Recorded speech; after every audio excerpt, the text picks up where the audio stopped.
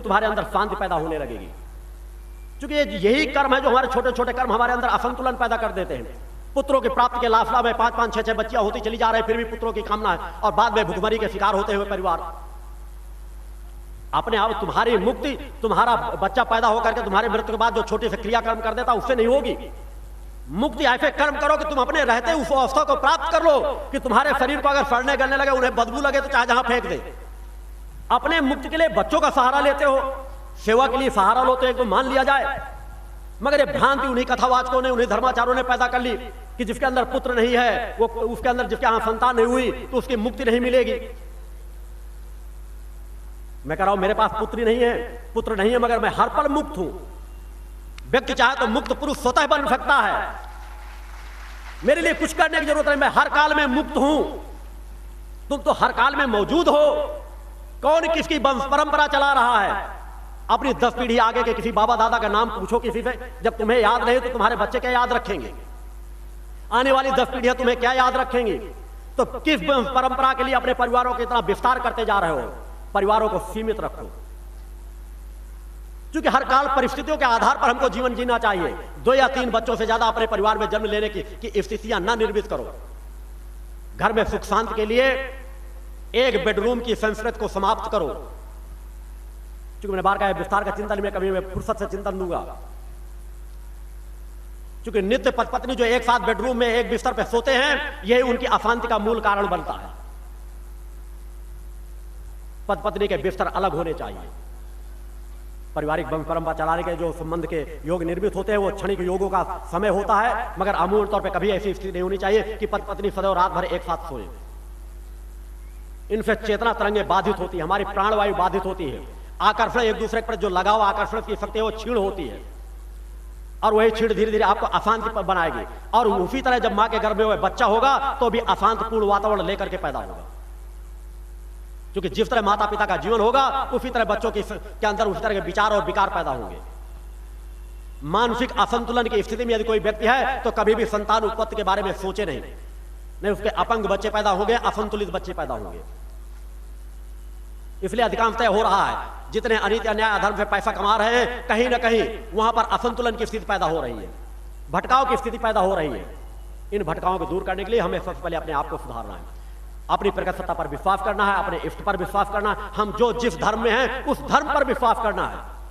एक दूसरे के धर्म के परिवर्तन करने की बात नहीं करना।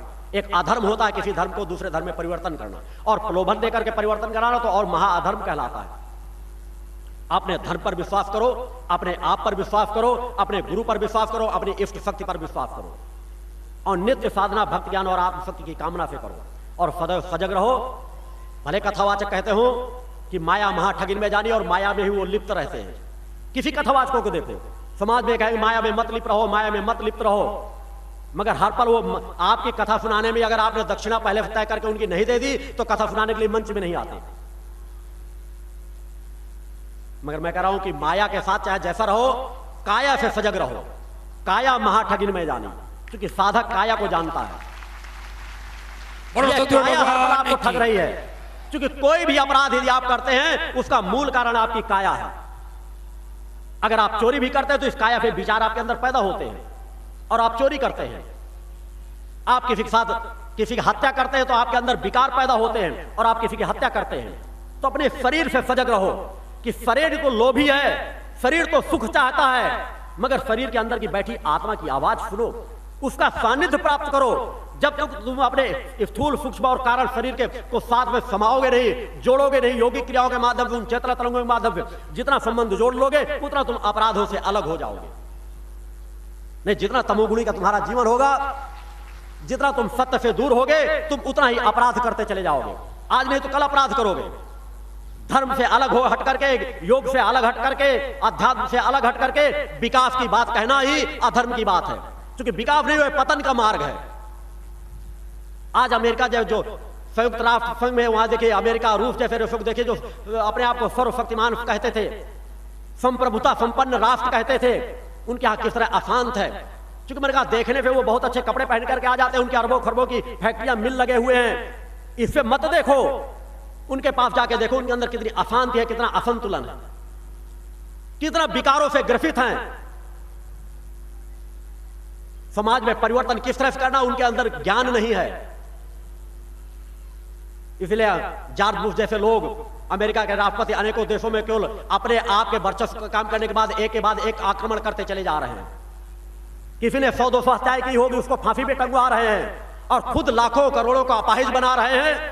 उस पर उनका विवेक नहीं जाता, उस पर उनका ज्ञान नहीं जाता कि दूसरे रास्ते भी हो सकते हैं परिवर्तन डालने के।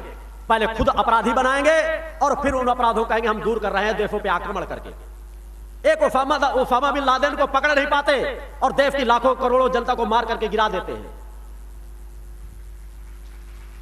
यह विकृति है। और जहां हो भी रहा है कहीं ना कहीं वहां भी मांसाहार, इन चीजों का जो सेवन किया जाता है। तो बिकार मेरे द्वारा बहुत पहले भविष्यवाणी की गई थी, जब ऐसी स्थितियां नहीं थी तब मेरे द्वारा पहले यज्ञ में कमलेश गुप्ता मौजूद, तब मैंने कहा था कि अमेरिका में एक ऐसा बोलो, अमेरिका में भी ऐसी घटना घटी जबकि आज तक ऐसे हमले तब नहीं हुए थे। कभी किसी ने सुना नहीं था कि कभी किसी बाहरी आक्रमणकारियों ने वहां जाकर बम वर्षा की है। तो मैंने कहा अमेरिका जो अपने आप को सेफ और पाक समझ रहा है, ये भविष्यवाणी खुद लिख करके जबलपुर के एक समाचार पत्र में ले गए थे, तो वहां उसको नकार दिया गया था कि इस तरह भविष्यवाणी तो हम खुद बना लेते हैं। तब मेरे द्वारा कहा गया था अमेरिका में भी ऐसे हमले होंगे जिससे अमेरिका अपने आप को बचा नहीं पाएगा। ऐसी घटना घटित होगी जिसे विश्व दहल करके रह जाएगा, और वह घटना वहां घटित हुई। अपराध कहीं भी जिस तरह अपराध फल फूल रहे हैं, उन अपराधों को रोकने के लिए हमारे पास एक मार्ग है कि अपने आध्यात्म पथ पर बढ़ें, आत्मज्ञान को हासिल करें, हमारी शिक्षा व्यवस्था में सुधार हो। शिक्षा केवल भौतिक धन अर्जन का साधन ना बने, शिक्षा हमें कर्मवान बनाए, हमें धर्मवान बनाए। शिक्षा के साथ साथ हमें धर्म की शिक्षा भी देनी चाहिए। शिक्षा ऐसी होनी चाहिए कि कोई बेरोजगार ना हो। अन्यथा अनेकों लोगों को शिक्षक बनाकर बेरोजगार बना तो तुम उनको ज्ञानवान अपराधी बना रहे हो। ज्ञान दे देते हो कि अपराधी बनने में तुम ज्ञानवान अपराधी बनो। सरकारों के पास सामर्थ्य है मगर उसका उपयोग नहीं करते। सरकार चाहे तो सब कुछ कर सकती है, बेरोजगारी दूर कर सकती है, मगर उस तरह के रास्ते नहीं तय करना चाहती। खुद समाज को शराबी बनाएगी और फिर शराब दूर कर दोनों तरफ लूटती है। पहले शराब के ठेके उठाए गए सरकार द्वारा, फिर शराब उन्मूलन कार्यक्रम चलाए जाते हैं, फिर शराब से कोई बीमारियां पैदा हो जाती हैं, उनके निदान के लिए भी अनुदान नियुक्त किया जाता है। और ऐसे अधिकांश तो योजनाएं बनती हैं कि हमारी किस योजना को संचालन करने पर हमें कितना कमीशन मिल जाएगा। सांसद विधायक अपना चाहे जितना वेतन बढ़ा लें, मगर एक करीब एक चपरासी का कितना वेतन कितने वर्षों में बढ़ता होगा? आप लोग सोचे यह भेदभाव क्यों किया जाता है? कोई विरोध नहीं होता। महिलाओं के आरक्षण की बात हो, कोई आरक्षण की बात हो, 10 साल से बिल पड़े हैं पेंडिंग, कोई निर्णय नहीं हो रहा। मगर उनका अपना वेतन बढ़ाना हो, निर्विरोध सभी पार्टियां एक सहमत से एक दिन के 1 घंटे भी नहीं लगता और बिल पास हो जाता है। यह क्या असंतुलन नहीं है? क्या समाज के साथ अच्छा व्यवहार किया जा रहा है? किस तरह सुधार होगा? कभी न कभी तो आवाज उठाना ही पड़ेगा, कभी न कभी तो अपनी बात उठाना ही पड़ेगा, कभी न कभी तो तुम्हें त्यागपूर्ण जीवन जीना पड़ेगा कि समस्त राजनेता मेरे खिलाफ क्यों ना चले जाएं, मगर करना मुझे वही है जो मैं चाहता हूं, जो प्रगत सत्ता चाहती है। क्योंकि मेरी चुनौती सभी क्षेत्रों के लिए है कि मेरी बातें यदि कटु लगती हैं तो एक आयोजन कराने में आगे बढ़ो। और मैंने बार बार कहा है कि मैं जिसे चाहूं उसे जीवन दान दे सकता हूं, जिसकी असाध्य से असाध्य बीमारी को चाहूं अपने शरीर में खींच सकता हूं, जिसे चाहूं नेता बना सकता हूं और जिसे चाहूं तो धूल चटा सकता हूं। और ये कार्य भी मैंने किए हैं। अनेकों ऐसे सांसद विधायक हैं जिन्होंने सांसद विधायक बनाया गया, और ऐसे लोग हैं जिनको मैंने एक बार कह दिया कि इसके बाद वो चुनाव कभी नहीं जीत पाएंगे, तो कभी चुनाव नहीं जीते।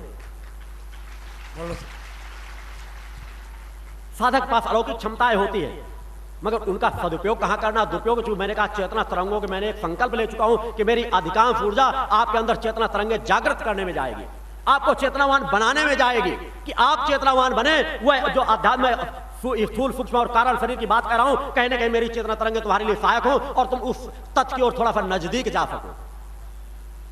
और उसी के लिए यहां जो क्रम चलाए जाते हैं, मेरे द्वारा जो निर्देशन दिए जाते हैं कि हर घर में मां का ध्वज टंगाओ, माथे पर कुमकुम का तिलक लगाओ, शक्ति जल जो मेरे द्वारा दिया जा रहा है उन्हीं साधनात्मक क्रमों से मेरे द्वारा चेतन करके, जिस यज्ञ में मैंने कहा था और अब भी कह रहा हूं कि जिन यज्ञों को मैं, आप तो नाना प्रकार के लाख कुंडी, हजार कुंडी यज्ञ हो रहे हैं, मगर मैं कह रहा हूं जो लोग यज्ञ कराते हैं उनको एक भी यज्ञ करने की पात्रता नहीं है।